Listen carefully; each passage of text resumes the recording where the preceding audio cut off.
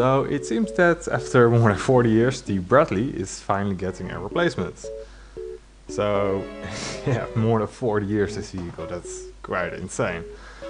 So they had two previous programs to replace the Bradley, but they obviously never went anywhere because they basically made a big list of requirements, and it ended up with like one prototype being more than 80 tons, so more than an Abrams.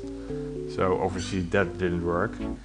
What they did now is they basically let 5 manufacturers compete with each other, and they choose the best one. So the program is called Optionally Manned Fighting Vehicle and is planned for full mass production by the year 2030.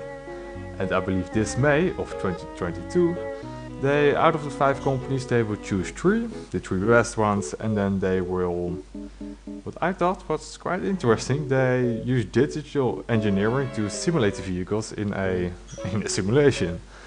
So they will make 3 vehicles in a simulation and make them compete with each other, which I thought was really interesting. So I believe by the year 2027, so they will choose a winner out of that experiment, and then they will be in full mass production. So yeah, out of the most promising ones seem to be the Lynx and the CV90. Of course, those are not the ones they have now, they will get upgrades. Yeah, but I believe that those 2 are probably the most likely to win. I'm hoping for the CV90 because I'm a bit biased. I am in the Dutch army and I love the CV90. But also I think the Lynx is, of course, Rheinmetall is quite promising. The only thing with the Lynx is I believe it's too expensive. For example, the Lynx is 10 million.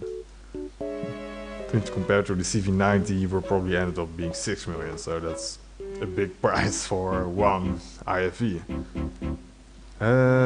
So it's a bit sketchy, the information, couldn't really find, it's a bit competing information. For example, I saw a source that claimed that the program gets a trophy active protection system, so the Israelis active protection system, which has proven itself quite effectively in combat. So that will be a huge advantage, and it also costs, I believe it's for one trophy system on a vehicle, it's like almost $1 million. It's a bit expensive, but I mean, when you look at those reports of like trophy protected systems on like Israeli vehicles, they seem to be very effective. So I think that's quite promising. Also, it looks like they maybe get a 50mm autocannon, which 50mm. Man, that's a big cannon, that's a big autocannon. So I think that will be interesting because that will most likely mean that the turret is unmanned, which I don't really know is that a good thing or not, but it certainly will be interesting.